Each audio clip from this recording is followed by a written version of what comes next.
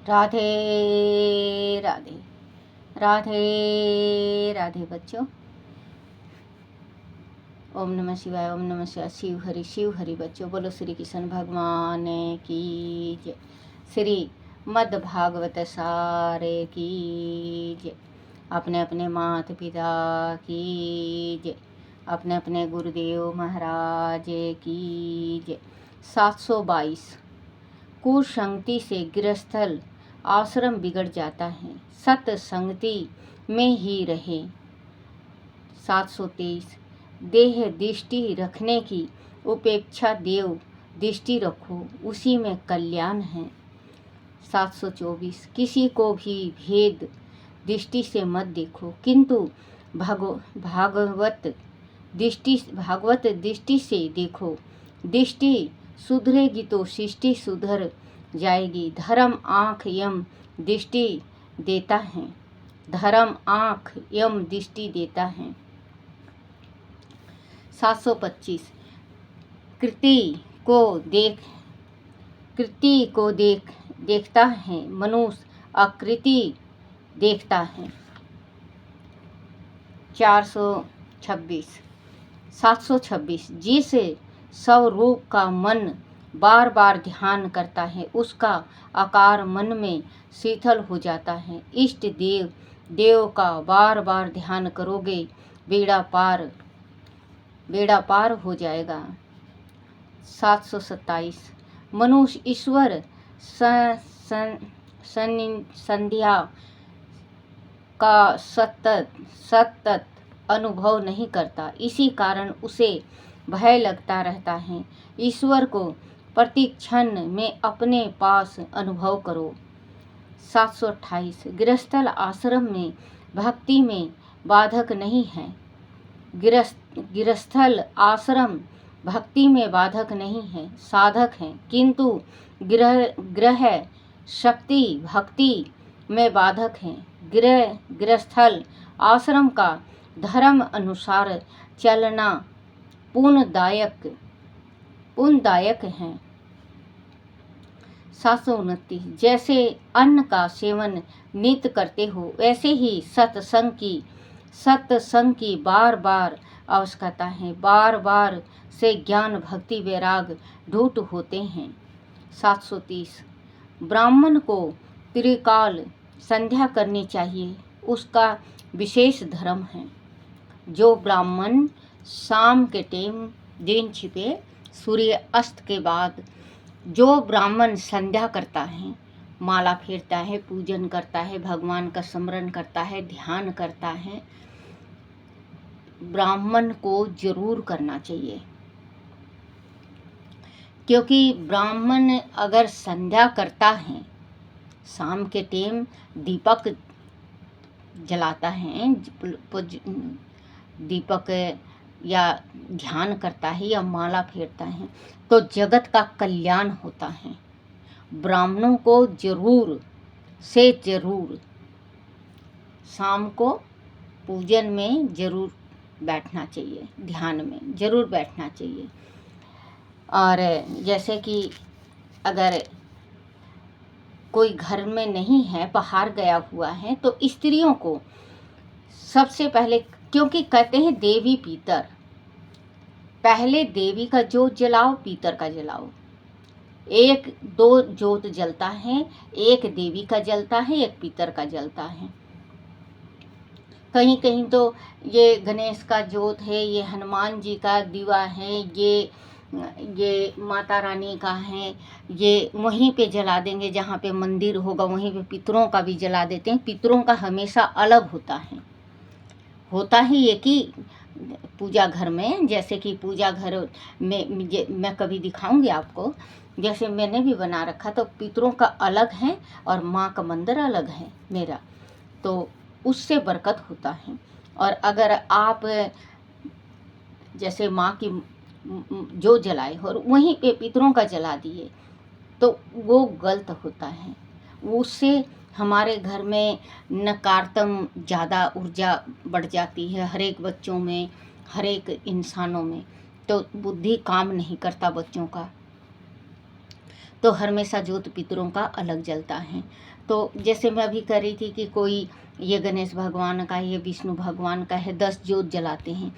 बच्चों 10 ज्योत नहीं जलाते। अपने घर में गृहस्थी जिसकी बसी हुई है तो शाम को 2 ज्योत जलता है और सुबह 1 ज्योत जलता है माता रानी का। हाँ, जोड़ा उसमें एक दीवा में जोड़ा ज्योत होता है, एक ज्योत नहीं जलाते, जोड़ा ज्योत जलाते हैं। तो जैसे माता रानी का ज्योत जला रहे हो तो एक दीवा है तो 2 बत्ती होता है उसमें और आप जला दो। और चारों तरफ जैसे कि आप पहले आरती बोलो माता रानी का आरती, गणेश भगवान का आरती, जिसका भी आप सुमरन कर रहे हो उसका, और फिर चारों दिशा और 10 दिशाओं की, चारों तरफ के देवी देवताओं की जय हो, 10 दिशाओं की जय है, मेरे छोटे बड़े पितरों की जय है, मेरे पितरोजी महाराजों की जय हो।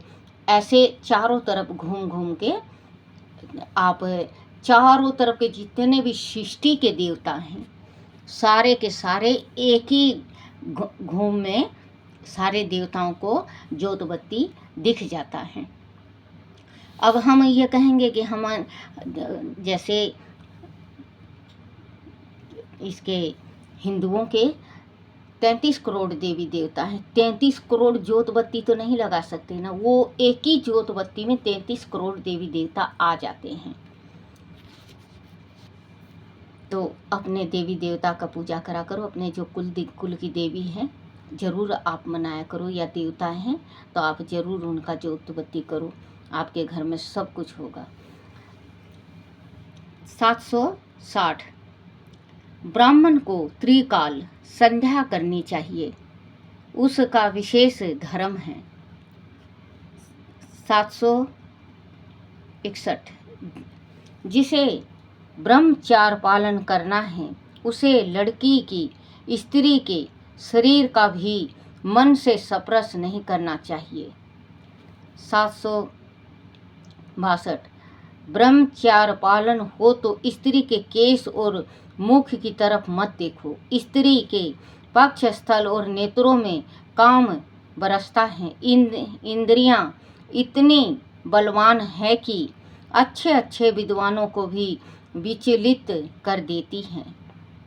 763 पराई स्त्री को काम भावना से देखने वाले पुरुष का मुख काला होता है।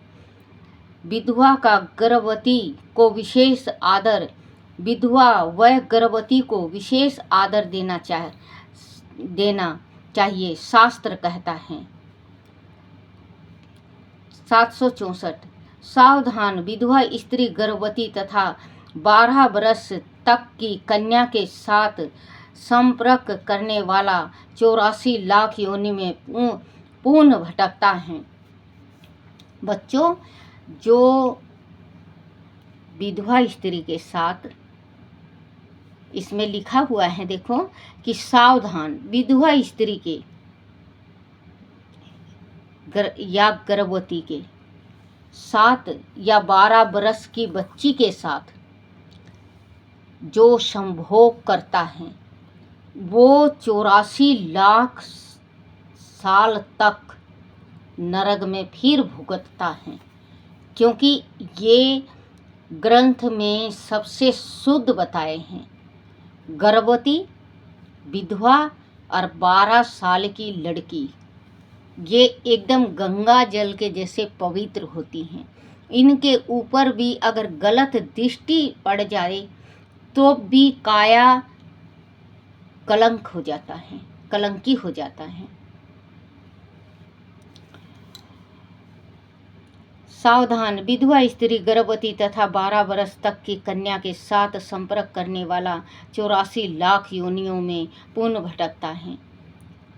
765 आय का 5वां हिस्सा जो कमाई का है, जो आप लोगों की कमाई का होता है, 5वां आय का 5वां हिस्सा दान करो। घर में आया हुआ सारा धन शुद्ध नहीं होता। 5वां ना सही तो जितना भी अधिक से अधिक हो बच्चों अगर पांचवा ना कर सको आप पांचवा हिस्सा, तो आप जितना भी भक्ति हो, जितना भी आपका श्रद्धा हो, जैसे कि आप ज़्यादा नहीं तो आप अगर नौकरी से भी लाते हैं, कमा के भी लाते हैं, तो उससे भी आप 100 रुपये का घास गौ को डाल दो, या किसी ब्राह्मण गरीब है तो उसको दे दो, उसको अन्न दे दो, उसको जो ज़रूरत है, ज़रूरत की चीज़ दे दो। बच्चों उसके जो 84 करोड़ शरीर का रूंग है, हमारे शरीर में जो 84 करोड़ रूंग है, वो आशीर्वाद देगा। तो वो आशीर्वाद देगा तो हमारा जो बिगड़ा हुआ काम है वो भी काम बनेगा। 766 भिखारी भीख मांगने नहीं आता, वह उपदेश देने के लिए आता है। 767 पवित्र व सदाचारी ब्राह्मण तथा सती स्त्रियों के ऊपर यह पृथ्वी टिकी है। बच्चों जो सदाचारी ब्राह्मण हैं और जो पतिव्रता हैं, उससे ये धरती टिकी है। सृष्टि की जो धरती टिकी हुई है उससे टिकी हुई है। ये कहते हैं ना कि जो पहले ज़माना था जब सती थी, बच्चों अभी भी एक से एक सती हैं। जैसे इस मृत्यु लोक से गई हैं माँ अनसुईया हैं, सीता माँ हैं,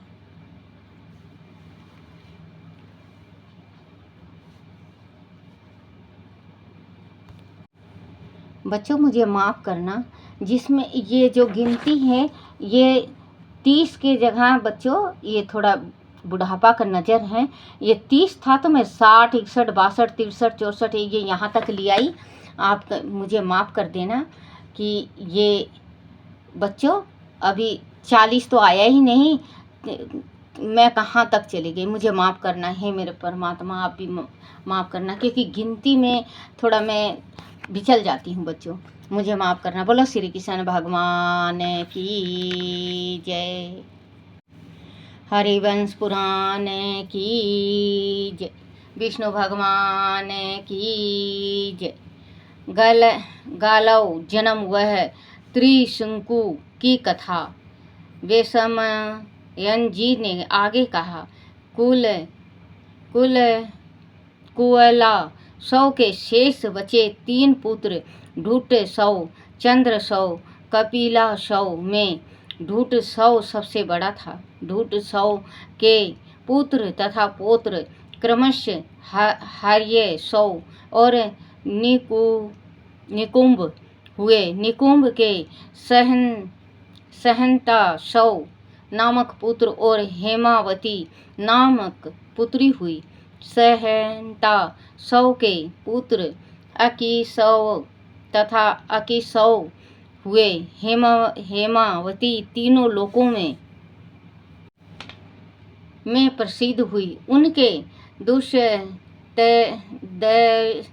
नामक पुत्री थी और प्रेषनेजति नामक का पुत्र हुआ।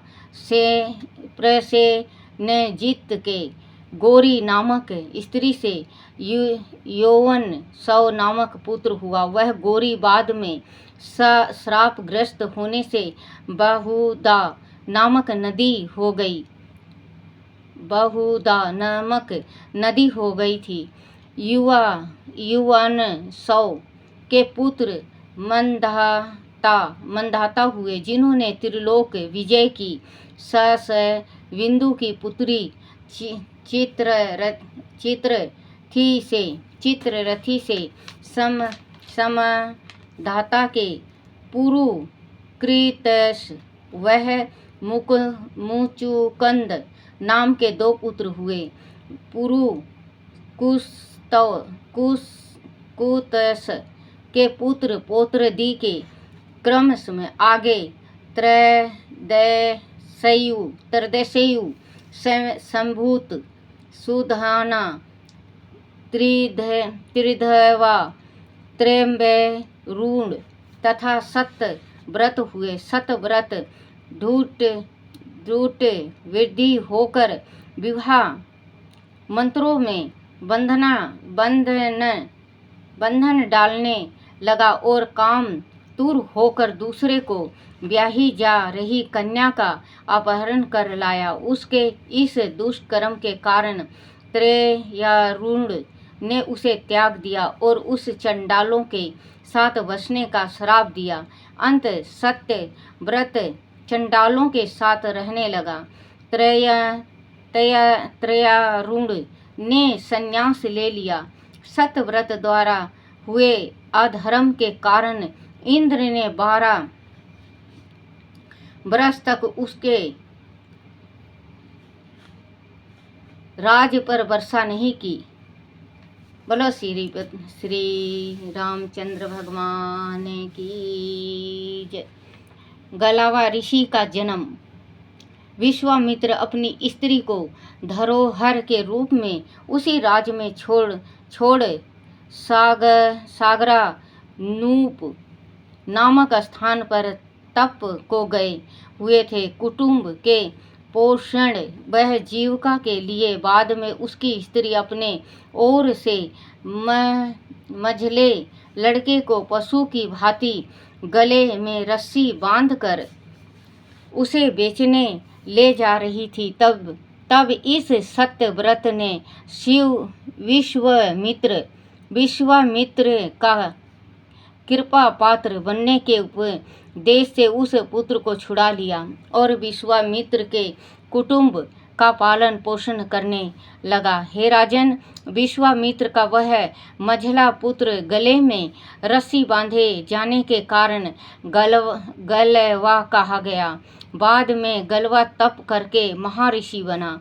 हे राजन, वशिष्ठ इक्ष्वाकुवंशियों के धर्म वह राजगुरु थे। सत्यव्रत को त्यागे जाने पर वशिष्ठ ने त्रयारूढ़ को रोका ना था बल्कि प्रोत्साहित किया था। इस कारण सत्यव्रत वशिष्ठ से रुष्ट था। वह विश्वामित्र को अपना गुरु बनाकर वशिष्ठ को नीचा दिखाना चाहता था। इसीलिए उसने विश्वामित्र के कुटुंब का पालन पोषण का कार्य संभाल लिया था। फिर वह 12 वर्ष तक तप के लिए वन को चला गया। तब राजा न होने से और राजगुरु के कर्तव्य पालन के लिए वशिष्ठ ने ही सत्यव्रत के पिता के राज का संचालन संभाल लिया था। एक दिन वशिष्ठ की गाय सत्यव्रत के आश्रम की ओर घास चरती हुई आ पहुंची। सत्यव्रत ने वशिष्ठ की गाय पहचान ली। बोलो श्री कृष्ण भगवान की जय। सत्यव्रत का त्रिशंकु होना। वशिष्ठ की गाय को सत्यव्रत ने मार डाला। उस गाय का मांस न केवल उसने खुद खाया बल्कि अपने साथ रह रहे विश्वामित्र के कुटुंब को भी खिलाया, क्योंकि वह वशिष्ठ से रुष्ट था। किंतु इस घटना का जब वशिष्ठ को पता चला तो वह अत्यंत क्रोध हुए। दूसरे को ब्याही जाने वाली कन्या का अपहरण, गो हत्या तथा गो मांस का भक्षण, यह 3 भेद विद्रोह कार्य करने के कारण वशिष्ठ ने सत्यव्रत को त्रिशंकु हो जाने का श्राप दिया। त्रिशंकु का अर्थ है 3 दोषों या 3 कानों काटो वाला। हे राजन, विश्वामित्र जब तप करके लौटे और उन्हें त्रिशंकु सत्यव्रत द्वारा अपने कुटुंब के पालन पोषण का समाचार ज्ञात हुआ तो उन्होंने त्रिशंकु से वर मांगने को कहा। तब त्रिशंकु ने वशिष्ठ के श्राप से 3 कोणों वाले को चुके अपने श्रापग्रस्त शरीर को पिता के श्राप से चंडालों के साथ रहने से अपवित्र भी हो चुका था कि हो चुका था कि साथ ही स्वर्ग जाने का वर विश्वामित्र से मांगा। तब विश्वामित्र ने ऐसा ही किया। कुछ पुराणों के अनुसार इंद्र आदि देवताओं ने त्रिशंकु को पाप शरीर के साथ स्वर्ग में प्रवेश ना दिया और विश्वामित्र उसे तपोबल से ऊपर उठाते रहे। अंत वह बीच में ही लटक गया। तब विश्वामित्र ने त्रिशंकु के लिए ऊर्जा स्थान पर नया स्वर्ग की सृष्टि कर दी थी। हे राजन, त्रिशंकु, क्योंकि बच्चों देखो पहले भी मैंने कहा था कि गुरु ऐसा होना चाहिए जो हमें पार तार दे। देखो इन्होंने 3 गलती की और हिंदू जाति में 3 गलतियां किसी की माफ़ नहीं होती है। सबसे पहले तो देखो गौ का हत्या किया। सबसे पहले तो इसने पहली गलती ये की कि किसी की कोई कन्या की शादी हो रही थी, उस कन्या को उठा के ला के अपनी पत्नी बनाया। दूसरा, गौ को मार के मांस खिलाया, क्योंकि गौ को मारा भी और उनका मांस भी खिलाया जो पालन पोषण कर रहे थे। तो बच्चों जब भी कहते हैं कि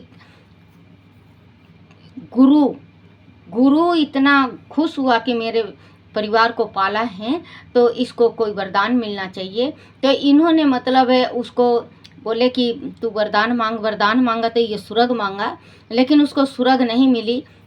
बहुत गौ हत्या होती है बच्चों।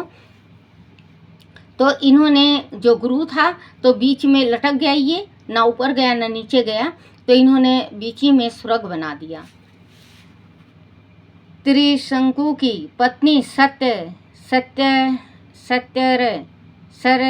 सत्यार्थ केकय वंश की थी। उनके निष्पाप पुत्र हरिश्चंद्र को तब राज्य सौंपा गया। हरिश्चंद्र ने अपने एक पुत्र रोहित के नाम पर रोहितपुरी बसाई थी। वह हरिश्चंद्र सम्राट हुए। पुराणों में इनकी सत्यवादी, दान, तप तथा वचन पालन की अनेक कथाएं प्रसिद्ध हैं। कालांतर में रोहित का पुत्र हरित, पौत्र संचु तथा प्रपौत्र विजय वह सुदेव हुए। विजय ने संपूर्ण क्षत्रियों को जीता। विजय के पुत्र रुरुक, पौत्र हुए हुक तथा पौत्र बहु हुए। बाहु धर्म पालन और वीरता में परिपूर्ण थे। अंत हेयवंशी ताल जंगड़ा क्षत्रियों ने शंख, दवन, कंबोज, पारद वह पहलवों को साथ लेकर बहू को राज्य से उतार दिया। राज्य से निकासित बहु पत्नी सहित औरे ऋषि के आश्रम पर चला गया। वहां पैदा हुआ उसका पुत्र दीप के साथ उत्पन्न होने के कारण सागर कहलाया। सागर महापराक्रमी और अप्रतिम धनुर्धर हुआ। उसने बाद में हर्य वंशियों तथा उसके सहयोगियों को पराजित कर पिता का राज पुनः अपने अधिकार में ले लिया। बोलो श्री कृष्ण भगवान की जय। ओम नमः शिवाय, ओम नमः शिवाय, ओम नमः शिवाय बाबा, ओम नमः शिवाय। श्री कृष्ण गोविंद हरे मुरारी, हे नाथ नारायण वासुदेवाय, हे नाथ नारायण वासुदेवाय, हे नाथ नारायण वासुदेवाय। बोलो श्री कृष्ण भगवान की जय। अपने अपने माता पिता